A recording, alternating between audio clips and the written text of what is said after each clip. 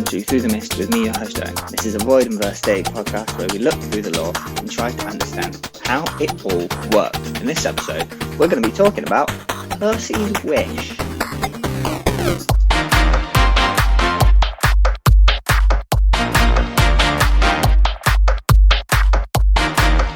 So welcome back, everybody. This is now episode 6. I think I'm doing pretty well personally at keeping these going. I only had 1 month off because holidays. Welcome back. I've been alright. You been alright? I don't know. No one ever messages me or anything. I would love some form of feedback from you guys. Any form really. Going, hey, Owen, you're doing great. And if you want to give that feedback, you can send stuff through to through.t.mist@gmail.com, or you can go on the socials and send slide into those DMs and send a message to @through_mist on Instagram, because that is the only social we do here. Yes, it is, because it's the only social that I have. Well, I have more, but I just don't want Twitter, so no Twitter. Anyway, so as per usual, I've been having more random thoughts. This one pertains to godly ships. The godly ships? Demigod ships, as in relationships, you know, that stuff. And why it is okay for the likes of Percy and Annabeth to be dating, to get together, and why it's not incestual. Why it's not incestual. So I'm going to talk about that for a bit, and then after that, we're going to do wish talk, as I like to call it. And then after that, we're going to have what I'm calling a spoiler theory, but basically it just ties in heavily to the end of TOA TON. If you don't know what that is, listen to previous episodes. Anyway, so my random thought for this week, maybe some music now. Yeah, we'll go with some music now, because I think there's going to be some good things to do with that section.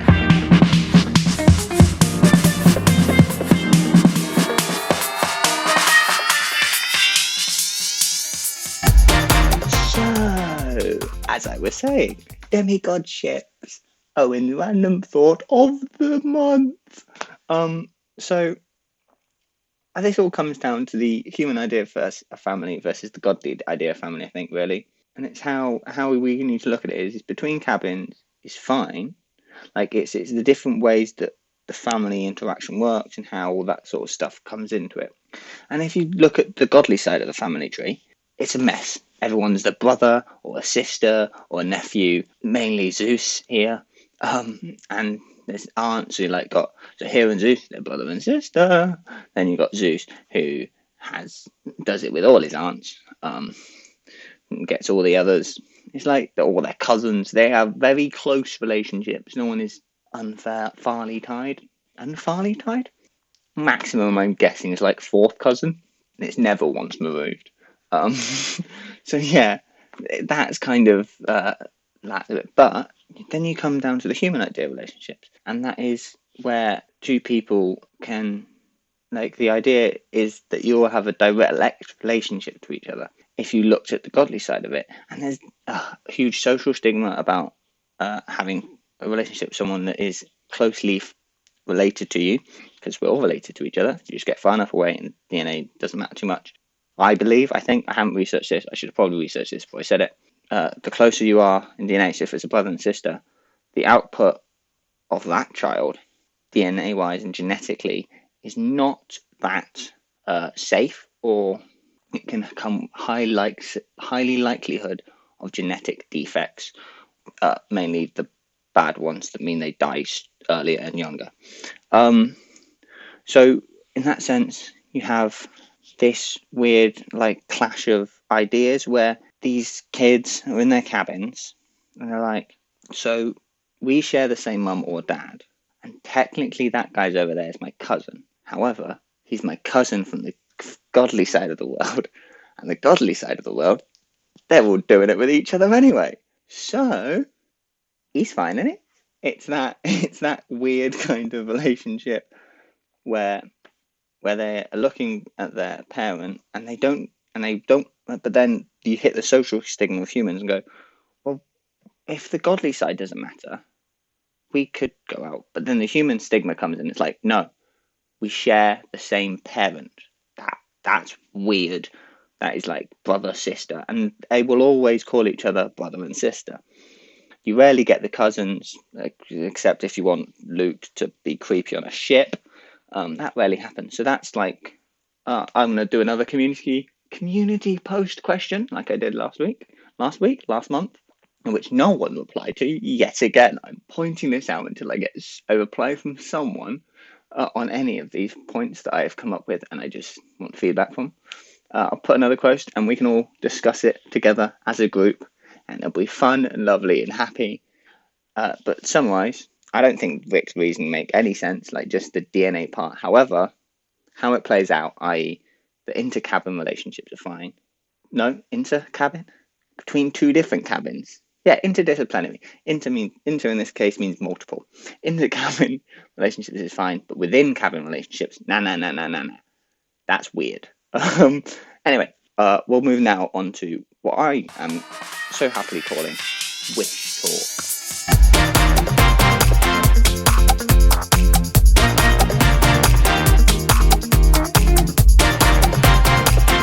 Okay, wish talk time. I was going to do wish talk. We're now on to wish talk, and actually the bulk of this, which is Percy's wish, because this is what we're here. This is what the title is. So this is what we talk about. This is how this works on this show.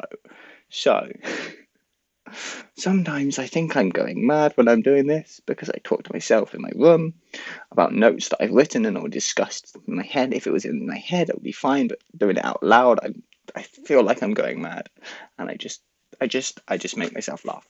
So the reason I decided to do this theory, the reason we're starting all up is, spoiler alert, we're gonna have a minor spoiler for TOA TON, if you haven't read it yet, because this is coming out a month after the book came out. Yeah, because the book hadn't come out for about a month after the book came out. So I'm presuming most people have read it at this point, but if you haven't, minor spoiler warning for now. Later on, more heavily spoiled. So the reason we're discussing this is because when Apollo goes to Camp Half-Blood, yes, he gets back there if you're deciding to go on with the minor spoilers warning still in place. He meets first campers that have been claimed by Apollo. And this is where my head went, but that doesn't make sense, because the gods claim the kids. So how could a god that has no godly powers, or at least not those godly powers at the moment, how could he claim his children? That doesn't make sense. And the quote this all comes from is, who is it? I didn't write the person that's saying this down. Austin. Austin's going, "We got 3 new campers this year, Dad. I'm sure you remember your children, Gracie and Jerry and Yan." So it's like, how do these people know their dad is Apollo? And Apollo, in this scenario, doesn't know any of them, doesn't remember any of them in any shape or form. Also, he's Lester at the moment. See the problem? Yeah, okay. So this is where we're starting. This is why we're looking at this. This is what we're going to do. So I'm now going to, not verbatim, but I'll give you now a few quotes which give you the general gist of Percy's wish itself. It's like cut down from what is like 2 pages of just text, when it's like he jumps in. I've just got like, here are the key points, but this is all these until I say a further quotes from Percy Jackson and The Last Olympian. From now on, I want you to properly recognize the children of the gods, all of the children of all the gods. I want you to promise to claim your demigod children by the time they turn 13, and I want them claimed and brought back to camp so they can be trained right and survive. And the minor gods, they all deserve a general amnesty and place at Camp Half-Blood. Their children shouldn't be ignored. Clips and the other peaceful Titan kind should be pardoned too. No unclaimed demigods will be cramped in the Herbie canyons anymore. All the children of the gods will be welcomed and treated with respect. That is my wish.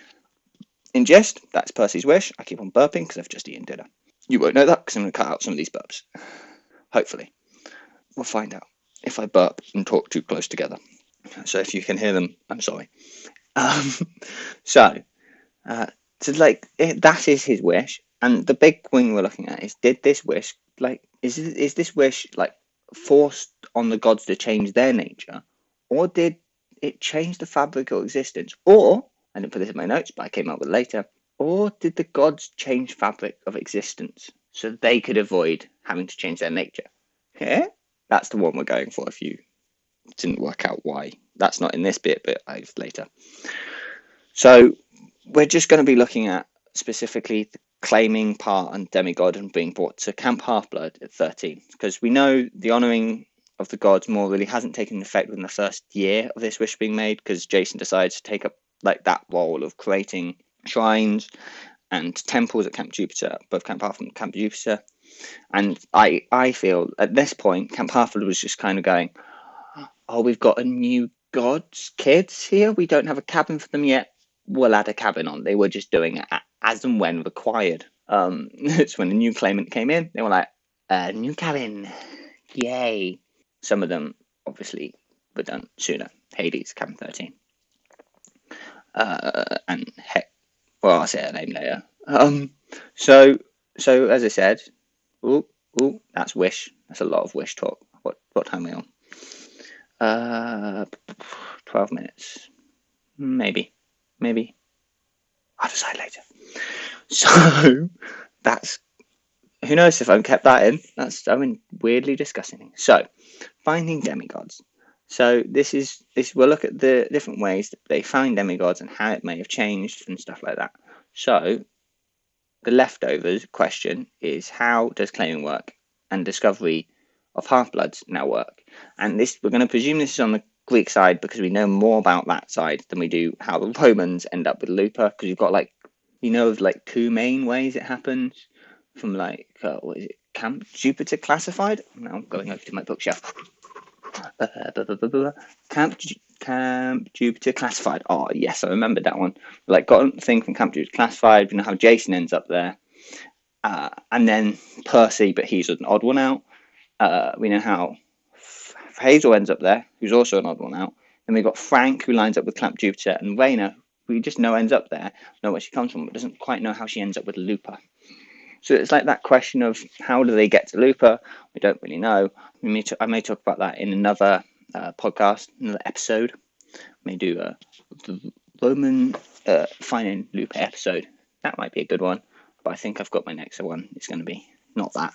That might be the one after. Got things lined up here. So what happened before with the Greeks? Because we're now just going to ignore Romans' existence pretty much and focus on Greeks. There were kind of two methods in place. The gods would inform Chiron. I'm a Chiron guy. Chiron? It's Chiron. I may say Chiron by accident. I am sorry. It's how I read it as a kid, and I haven't had to grow out of not saying it like that, because no one else I know reads these books. And a satyr would be sent to bring them to Camp Half-Blood. And this is what Hermes does to get Luke Camp Half-Blood, and because of Luke, Talia and Annabeth, and I say Satyr, not Satyr. Like, there's a lot of things that just came out there. I say things differently automatically. Satyr is Satyr, Thalia is Talia, Chiron is Chiron. I'm going to try and say Chiron though. I just may happen to say Chiron, and if I ever say Talia again, I'll try and say Thalia.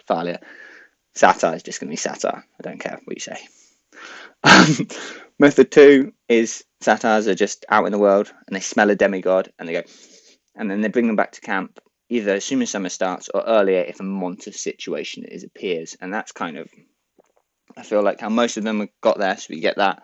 We get Jason, Piper, and Leo have that experience.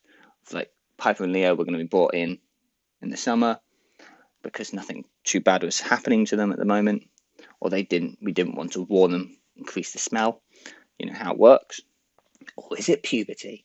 And then they come to camp, but monster situation happens. You know, everyone understands that. So how could have they changed? So method 1 could have become more common, which is implied that Hermes starts this way when he talks to Percy at the end of the Last Olympian. And method 2 is where I start to question things and how that works, because what? So we get this when we have a talk in the last chapter of The Last Olympian. New demigods were popping all up over the place. We can hardly keep up. New demigods are popping up all over the place. We can hardly keep up, Grover admitted. We're going to need a bigger travel budget, and I could use 100 more satires. I spelt the wrong word in there. I used an N instead of a B. That almost tripped that one up. I've changed it now in my notes. Oops, I can't spell. So how are demigods? So the thing I coming out of this is how are demigods like suddenly popping up out of everywhere and just appearing? We're presuming he's talking about method 2 in this case. So did the wish change the way the demigod spell worked? You know, the spell that we find out is the reason for demigod smell in the Son of Magic in the Demigod Diaries. Go read that book and that short story if you want to know more. It's the one written by his son. Do all demigod scents become more potent, or is it only satires, or did Hecate, I say Hecate, so it's going to be Hecate, but it might be Hecate, how you say it, the gods manipulated the mist, or did the gods manipulate the mist to help reveal themselves? Did Hecate and the gods manipulate the mist to help reveal them so they didn't have to actively do any work? And that is the idea we go on forward with. Because I think it's a great one, and it makes sense to me that for the rest of these things, especially with Apollo, because he's the guy that started all this problem, I'm going to go put some music on because I've got to go clean up, and then I'll be back.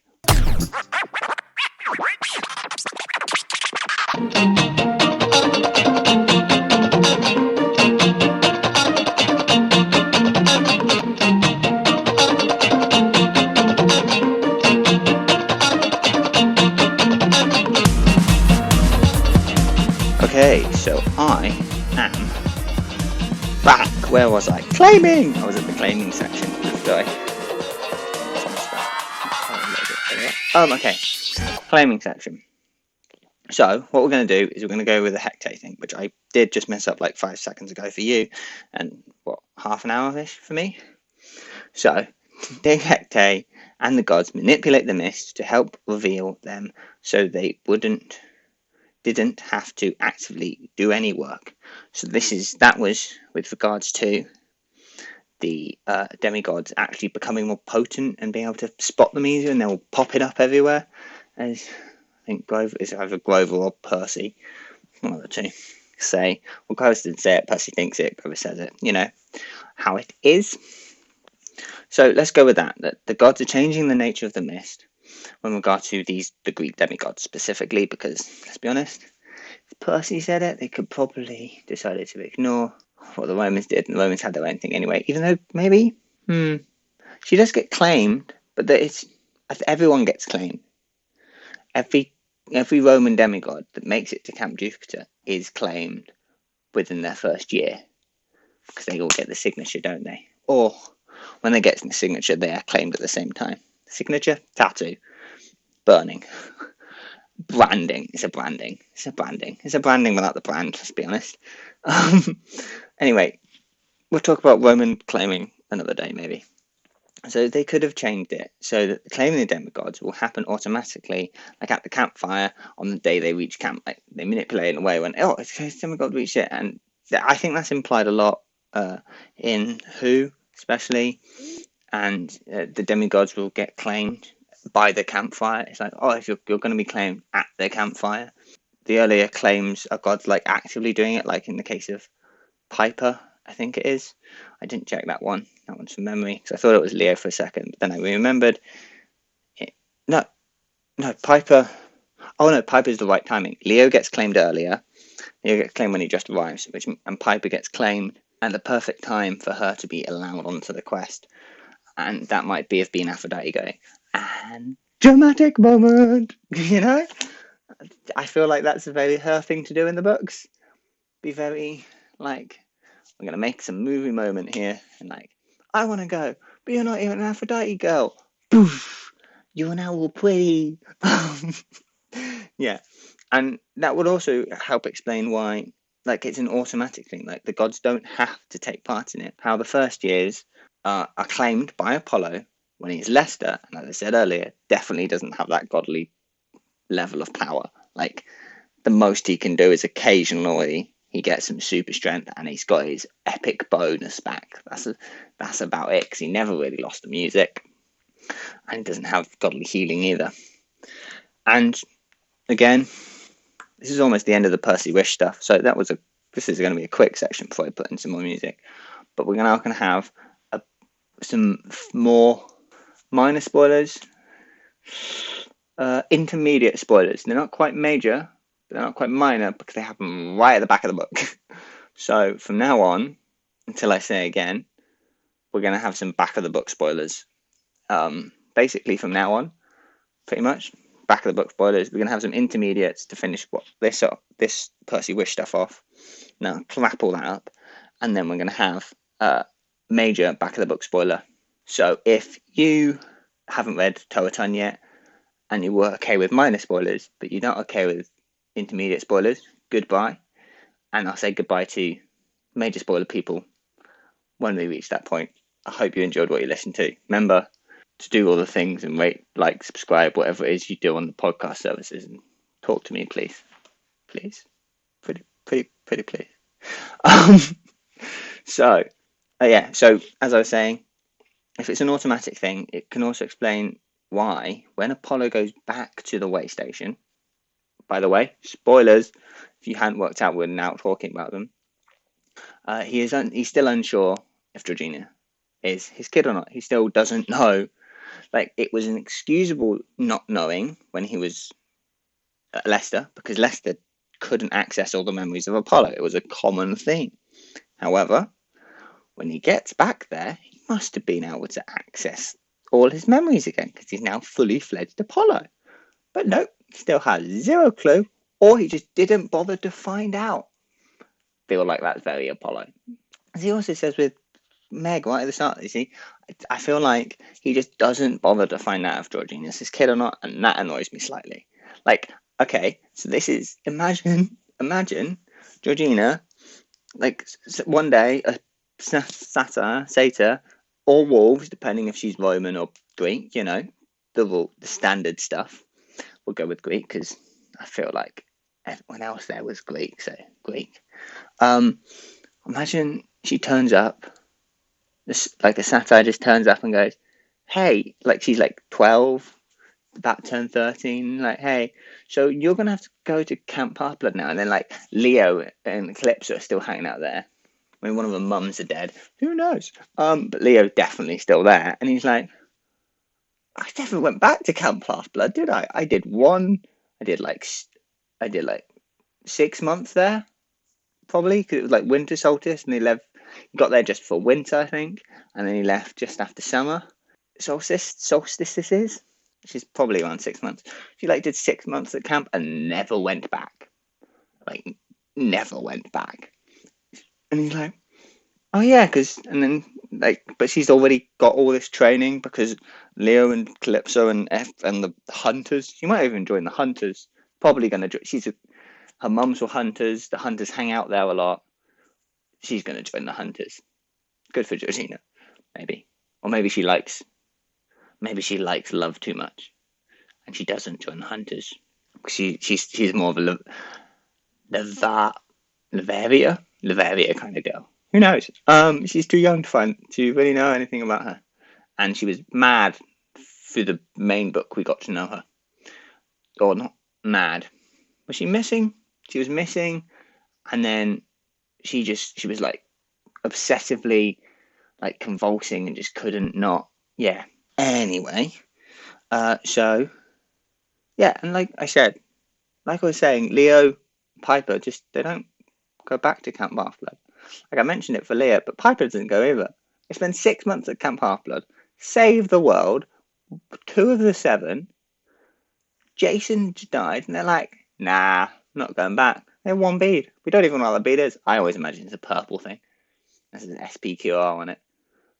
Because, I feel like it's either that or a version of it could be that. It's either SPQR on it, or it's SPQR with all the names of the Greek demigods in Greek and the Roman demigods in Latin. Oh, that feels like a solid one, that, doesn't it? I think that's my bead. Like the memorial, the dead demigods, obviously. Like the last Olympian bead. Battle of Manhattan bead. Should we call the final battle the Battle of Half-Blood Hill? Is there anyone, does it have an official name? Anyone know? Let me know. Go on, do the DMs, do all the things. Anyway, yeah, I just find it weird that they never go back. Right then, claiming, yes, I feel at the end of all of what I've just ranted on about, that what has most likely occurred is that Hecate,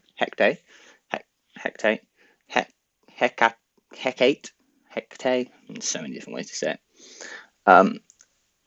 under the instructions of the Olympian Council, most likely, has manipulated the mist and magic in general, so that as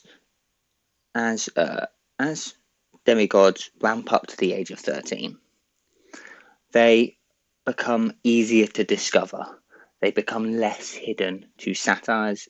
Maybe specifically, maybe there's just more monster attacks now because she couldn't do that delicate of a change. But let's assume not. Or maybe it's more like the satyrs are pushed towards the demigods, like the mist can hide them a bit and conceal them, but the satyrs are like, oh, I have a gut feeling that someone's going to be, that we should probably go to this school, and then there's a demigod there. Maybe it was just Zeus being nice and keeping up, and Apollo went, we're going to claim these kids for Apollo, but they wouldn't know they're Apollo's kids unless they do the apparently backstory looking thing that all gods can do, but rarely do. Again, when he first meets Meg. And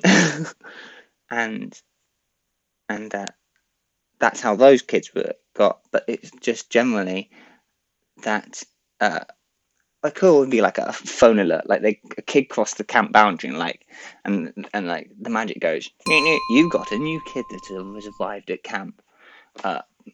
Please, you have until this time to claim them. And it's like a countdown to whenever campfire is. That's why loads of kids get claimed at campfire, because their parents do it at the last moment. And they look at the kid and go, oh, and they research the kid, do some research and go, nah, this kid. Like some people do it earlier, or some people go, ooh, we're going to have a moment here. And they wait and they go, oh, and they press the phone, and then they get all quick. I'm now imagining the gods with like phones going like, getting a notification for Instagram @through_mist. I'm going to keep pushing these today. Plugging myself hard today. That sounds wrong. That sounds so wrong. I can't get that picture out of my head now. That's not really a picture, but it's not. Yeah. I can't get out of my head what you guys are imagining, even though you have no idea what I look like. Yeah, so they get a notification on like their phone going, it's like, demigod claim app, and it's like, you have a new kid that has arrived at Camp Half-Blood. You have until campfire to claim them. 2 nights. And it's just dumb things. Anyway, we're going to go on to the big spoiler theory. So intermediate spoilers. Bye-bye you lot. Remember what I just said to the previous people, but goodbye everybody. We're going to play some music, and then we'll be back with Big Daddy. Spoiler theory. Play the music, Owen.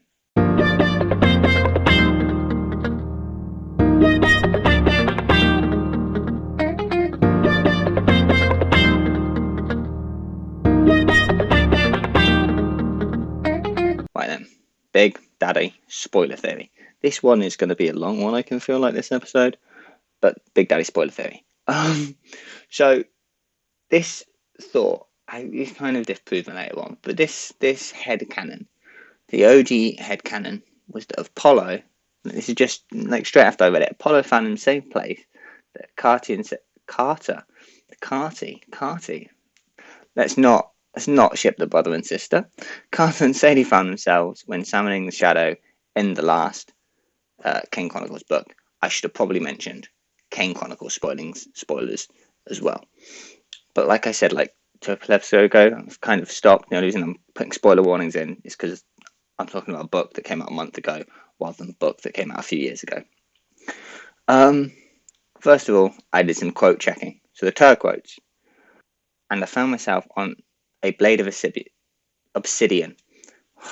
Restart that one. You might get another. I might be quick sometimes. And found myself on a blade of obsidian.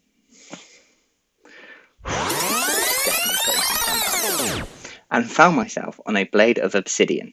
I realised I was standing on the brink of chaos. We could sit on the obsidian spire and crumble together. Now, the Kane Chronicle quotes. A few hundred yards away was a single strip of land. At the end rose a white obelisk like the Washington Monument. So they don't add up. They don't match. They don't match. Chaos, that's like the idea of chaos, is also described differently. So it could be that the different forms of chaos, or it could be Apollo is closer to the OG nothingness, and that other nothingness is spawned from it. Or like there's a nothingness, and then there's like Greek nothingness, and it's like, I don't like that. I don't like this idea, but there's like Greek nothingness, and there's like Egyptian nothingness, and there's like Norse nothingness, because they're the only three we know about, even though there's all of them live in this universe. All of them. Even that there's like, or there's like an OG nothingness, and then that nothingness came from OG nothingness. You know, like there was nothing, then there was something. That's how it's a great line, but it's literally how all origin stories of the universe start, both scientific and religious. All of them, there was nothing, and from the nothing, there was something.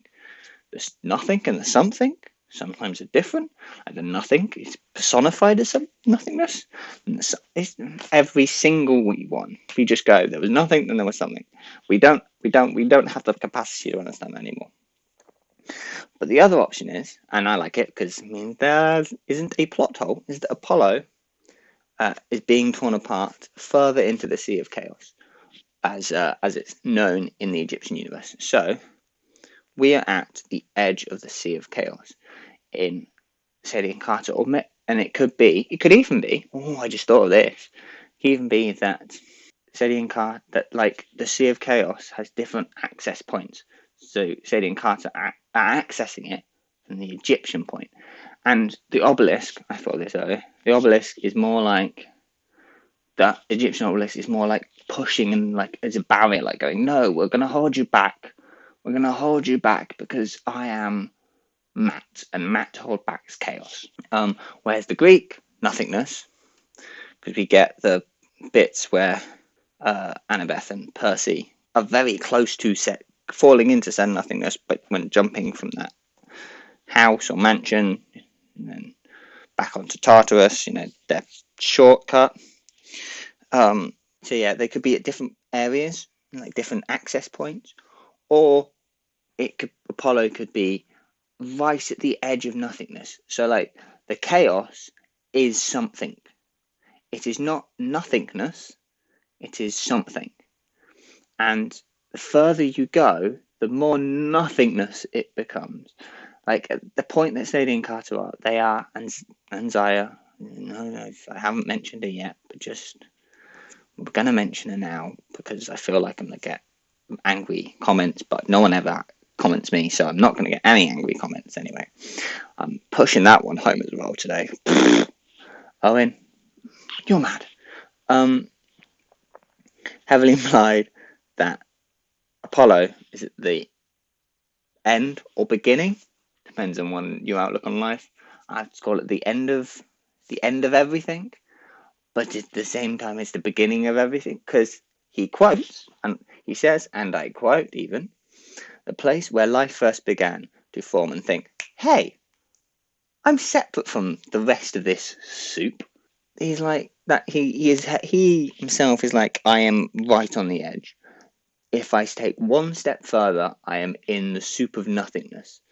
Carter and Sadie with Zaya, even though Zaya is the only thing keeping them not ripped apart, through Zaya is the only thing not not keeping them not being ripped apart. But they are close to the edge of chaos, but not quite as close to nothingness as Apollo is. How do we put this? So Apollo is the first ever bit of land to ever. Apollo is Apollo's like deep into the ocean, on the furthest island away from everything. He's like Guernsey and Jersey are to the United Kingdom, just like really far away, like dumb far away. Whereas Carp and Sadie are there in Penzance on the beach, and like, this is the furthest we can ever go south. Like, we're not going to be able to. What is it? Westerly Point. I can't bother to work that out. They're like right at the edge of Cornwall, and like, oh, this is as far as we can go. If we step into the sea, we die. You know, that sort of level we're at here with these lot. So yeah, that is where that thought went. It didn't really go near. I would put a community question out about it. I might do at a later stage, because I don't want to spoil things, but I can't put this question out without spoiling things. So, but if you have any thoughts, do send them in, and maybe in 2021, so 2 episodes time, I will talk about it, because I will be done with hiding spoilers, because 3 months, especially after Christmas, is plenty of time to have caught up with the final book in the series. And now, a moment of silence for the entirety of the Percy Jackson universe. We love you. We look forward to seeing you again in like maybe 3 books that he might make one day. Who knows? Who knows? Who knows?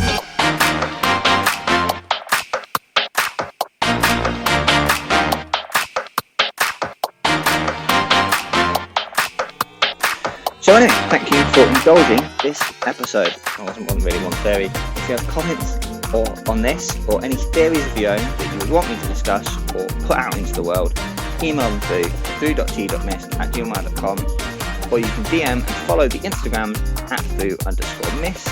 Make sure to rate the podcast, like the podcast, subscribe to the podcast, do the little things that help the podcast grow, and share it. Do the great things. I've been Owen, the mad one. Come back next time as we try to see through the moose. Really out of don't know how. Just make it myself. Yeah. Anyway, bye guys.